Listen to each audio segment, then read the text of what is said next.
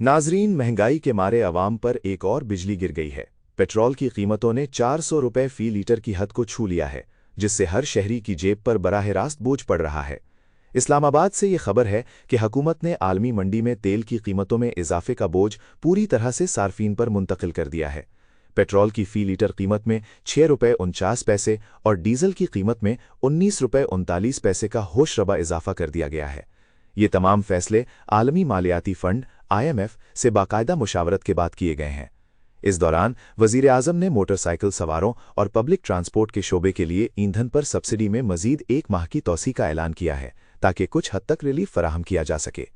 मुल्क इस वक्त 1 खरब 47 अरब रुपए के पेट्रोलियम लेवी हदफ को हासिल करने की तरफ गामजन है, जो हुकूमती रेवेन्यू के लिए निहायत अहम है, लेकिन इसका मतलब है कि अवाम को मजीद कीमतें अदा करनी पड़ेंगी। कौमी असम्बली की एक कमेटी को बताया गया है कि मशरक़ वस्ता की मौजूदा बहरानी सूरत हाल पाकिस्तान की मईशत के लिए 10 से 68 अरब डॉलर तक के संगीन नुकसानात का बायस बन सकती है। ये आलमी अवामिल मुल्की मईशत पर गहरे असरात मुरत्तब कर रहे हैं। इन तमाम अवामिल के पेश नज़र महंगाई का ये तूफान फिलहाल थमता दिखाई नहीं देता।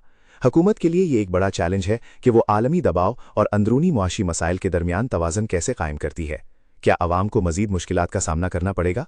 अपनी राय से हमें ज़रूर आगाह करें और मजीद अपडेट्स के लिए हमारे चैनल को सब्सक्राइब करें।